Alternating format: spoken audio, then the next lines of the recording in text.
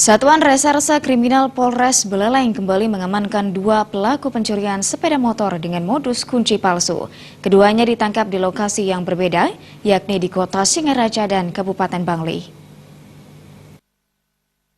Tersangka yakni Wayan PG yang tinggal di wilayah Tembuku Bangli mencuri 1 unit sepeda motor Honda Beat warna putih DK5391 UAE.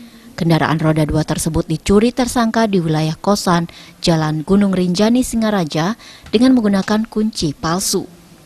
Tersangka akhirnya ditangkap di kampung halamannya di Tembuku Bangli setelah hampir sebulan buron. Tersangka telah menggadaikan sepeda motor curiannya untuk judi taruhan.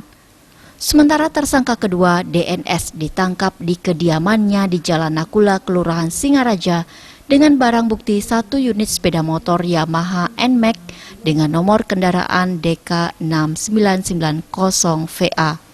Kendaraan tersebut dicuri di wilayah Pasar Anyar Singaraja dengan memanfaatkan kelengahan korbannya. Kasat Reskrim Polres Buleleng AKP Mikael Huta Barat mengungkapkan kedua tersangka ditangkap dalam operasi sikat. Keduanya ditangkap tanpa melakukan perlawanan dan mengakui kejahatannya. Nah, yang ini ditangkap di Bangli, yang satunya. Tapi modus yang dia pakai apa? Kalau ini dia menggunakan kunci palsu.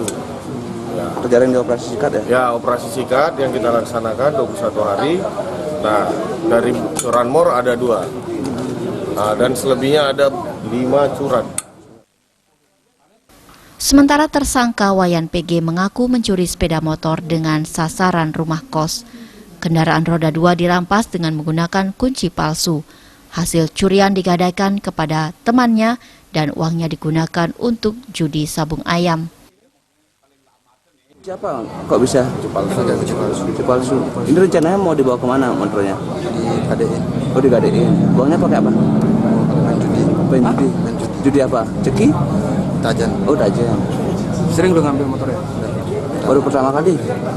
Sendiri ya? Apa teman-teman sendiri? Kini kedua tersangka disangkakan pasal 362 KUHP dengan ancaman hukuman 5 tahun penjara. Komang Yuda, Bali TV.